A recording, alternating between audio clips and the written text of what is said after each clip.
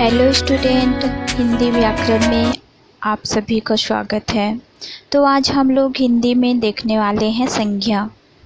संज्ञा क्या है, संज्ञा किसे कहते हैं, संज्ञा की परिभाषा क्या है, संज्ञा के कितने भेद होते हैं। तो आज हम लोग संज्ञा के बारे में पढ़ेंगे। अक्सर हम लोग संज्ञा और संधि में हम लोग मिक्स कर देते हैं। संज्ञा की परिभाषा बोलना रहता है तो संधि का बोलते हैं, संधि का बोलना रहता है तो संज्ञा का बोलते हैं।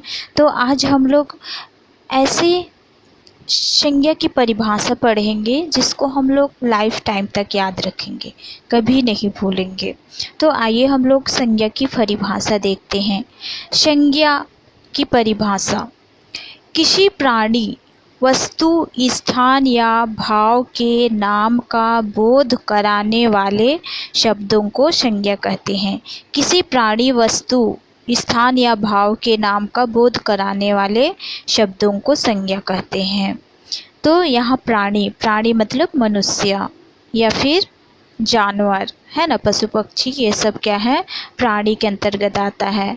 वस्तु, वस्तु मतलब हमारा स्लेट, पेंसिल, चौक, रबर, कुर्सी, पेन, ये सब वस्तु किस जगह पे आता है। और स्थान, स्थान मतलब जगह का नाम रहता है, जैसे हमारा रायपुर हो गया, दिल्ली, गुजरात, बॉम्बे, ये सब क्या है, स्थान। या भाव मतलब भाव, भाव मतलब कैसे लगता है, वह अच्छा है, बुरा है, वहाँ बड़ा है, छोटा है, ये सब भाव के नाम में आता है। तो इस तरह के जो जहाँ भी प्रयोग होता है उसे क्या कहते हैं, संज्ञा कहते हैं। जहाँ प्राणी होता है, वस्तु होता है, संज्ञा या भाव के नाम को बोध जहाँ होता है उसे क्या कहेंगे, हम संज्ञा कहेंगे। आगे हम लोग देखेंगे संज्ञा के भेद या संज्ञा के प्रकार। तो संज्ञा के मुख्यतः 5 प्रकार होते हैं। तो याद रखोगे, संज्ञा के मुख्यतः 5 प्रकार होते हैं। व्यक्तिवाचक संज्ञा, जातिवाचक संज्ञा, भाववाचक संज्ञा और समूहवाचक संज्ञा और द्रव्यवाचक संज्ञा। तो संज्ञा के मुख्यतः 5 भेद होते हैं: व्यक्तिवाचक संज्ञा, जातिवाचक संज्ञा, भाववाचक संज्ञा और समूहवाचक संज्ञा और द्रव्यवाचक संज्ञा। हमेशा याद रखोगे कि मुख्यतः संज्ञा के 5 भेद होते हैं। तो सबसे पहले हम लोग देखते हैं कि व्यक्तिवाचक संज्ञा क्या है। व्यक्तिवाचक संज्ञा किसी विशेष प्राणी, वस्तु या स्थान के नाम का बोध कराने वाले शब्दों को व्यक्तिवाचक संज्ञा कहते हैं। किसी विशेष प्राणी मतलब व्यक्ति, और वस्तु, वस्तु मतलब वस्तु, कोई सा वस्तु या स्थान, स्थान के नाम को भी क्या कहेंगे, हम लोग व्यक्तिवाचक संज्ञा कहेंगे। जैसे उदाहरण के लिए हम लोग लेते हैं, मोहित अपने मित्र आकाश के साथ दिल्ली का लाल किला देखने गया। तो यहाँ मोहित, जो मोहित है वो व्यक्ति है, आकाश जो है वो आसमान है, और दिल्ली और लाल किला, दिल्ली जगह है और लाल किला जो है वस्तु है या स्थान है, स्थान है। तो इस तरह से हम लोग देखते हैं कि इसमें जो भी व्यक्ति आ रहा है, प्राणी, वस्तु या स्थान का जो बोध करा रहा है वही क्या है, व्यक्तिवाचक संज्ञा है। तो कहीं भी स्थान का नाम आए, वस्तु का नाम आए या किसी व्यक्ति का नाम आए तो ऐसे जगह में क्या होगा, व्यक्तिवाचक संज्ञा। आगे हम लोग देखते हैं जातिवाचक संज्ञा। तो जातिवाचक संज्ञा में है, मानव ने अपने जन्मदिन पर केक काटा। तो जातिवाचक संज्ञा की परिभाषा क्या हो जाएगी, जो संज्ञा शब्द किसी प्राणी, वस्तु और स्थान की संपूर्ण जाति का बोध कराते हैं उन्हें जातिवाचक संज्ञा कहते हैं।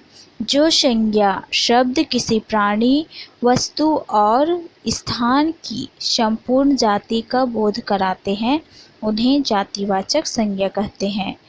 प्राणी, यहाँ भी हम लोग देखते हैं प्राणी, वस्तु और स्थान की, मतलब वस्तु का कौन सा वस्तु है ना, क्या है, या फिर स्थान, संपूर्ण जाति का बोध कराते हैं, मतलब जितने भी जाति का बोध कराते हैं, जाति है ना, वस्तु कौन सा वस्तु का जाति है, कौन सा प्राणी का कौन सा जाति है, मतलब स्त्री है कि पुरुष है, या स्थान, स्थान कौन सा स्थान है, हम लोग उदाहरण के लिए लेते हैं, मदर टेरेसा ने अपना जीवन मानवता की सेवा में बिताया। मदर टेरेसा ने अपना जीवन मानवता की सेवा में बिताया, मतलब मानवता का गुण है उसमें, है ना, मानवता का गुण है और सेवा करने की उसमें भावना है, सेवा करने का गुण है और उनकी महानता के कारण उन्हें देवत्व की श्रेणी में रख सकते हैं। तो वो एक मदर टेरेसा क्या है, बहुत ही महान स्त्री नारी थी, है ना, जो हर किसी की सेवा करती थी। जैसे किसी का में हम लोग देखते हैं कि सुंदरता है, महानता है, गुण है, दोष है, इस तरह का, मतलब अच्छा है, बुरा है। किसी हम लोग प्राणी को ले लेते हैं, काला है, गोरा है, वह भैंस बहुत काला है, वह गाय सफ़ेद है। इस तरह से जो भी भाव आते हैं वो सभी क्या में आ जाएंगे कि भाववाचक संज्ञा में, कि कौन सा भाव यहाँ प्रकट हो रहा है। इस तरह से आगे हम लोग देखते हैं कि समूहवाचक संज्ञा। समूहवाचक संज्ञा में समूह मतलब ग्रुप होता है ना। समूह का अर्थ क्या है, ग्रुप होता है। जो संज्ञा शब्द किसी समुदाय का बोध कराते हैं, जो संज्ञा शब्द किसी समुदाय का बोध कराते हैं उन्हें समूहवाचक संज्ञा कहते हैं। समुदाय या समूह का बोध कराता है उन्हें समूहवाचक संज्ञा कहते हैं। जैसे उदाहरण के लिए हो जाएगा, महात्मा गांधी ने जब अंग्रेजों के विरुद्ध जुलूस निकाला तो भारी भीड़ उमड़ पड़ी। तो यहाँ भीड़ या जुलूस, यहाँ जो समूह में है वही क्या हो जाएगा, समूहवाचक संज्ञा। आगे हम लोग देखेंगे द्रववाचक संज्ञा। द्रव क्या है, जो संज्ञा शब्द किसी द्रव, धातु आदि का बोध कराते हैं उन्हें द्रववाचक संज्ञा कहते हैं। जो संज्ञा शब्द किसी द्रव, धातु आदि का बोध कराते हैं उन्हें द्रववाचक संज्ञा कहते हैं। दूध वाले भैया दूध में पानी मत मिलाया करो। तो हम लोग यहाँ देखते हैं दूध क्या है, द्रव है ना, पानी क्या है, द्रव है। दूध वाले भैया दूध में पानी मत मिलाया करो। जैसे घी हो गया, तेल हो गया, सोना हो गया, चांदी हो गया, कॉफ़ी, लकड़ी। जैसे धातु में क्या आ जाएगा, सोना, चांदी, लकड़ी, ये सब क्या आ जाएगा, धातु आ जाएगा। और द्रव में तेल, घी, पानी, ये सब क्या आ जाएगा, द्रव के अंतर्गत आया जाएगा। तो इस प्रकार से द्रववाचक में आप लोग समझ गए होंगे कि द्रव में दूध, पानी, तेल, ये सब क्या में आता है, द्रव में आता है। और धातु में वही चावल, मक्का, सोना, चांदी और लोहा, ये सब क्या हो जाएगा, द्रववाचक संज्ञा। तो इस प्रकार से हम लोग पांचों संज्ञा के भेद को हम लोग समझ गए होंगे आप सभी कि संज्ञा किसे कहते हैं, संज्ञा के कितने प्रकार हैं और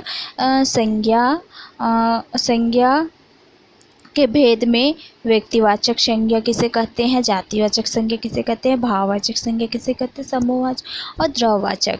तो आप सभी इन सभी को अच्छी तरह से याद कर लोगे और हमेशा याद रखोगे। तो आज के लिए हम इतना ही पढ़ते हैं। अगर ये वीडियो आप सभी को पसंद आया तो लाइक और सब्सक्राइब करना ना भूलें। Thank you.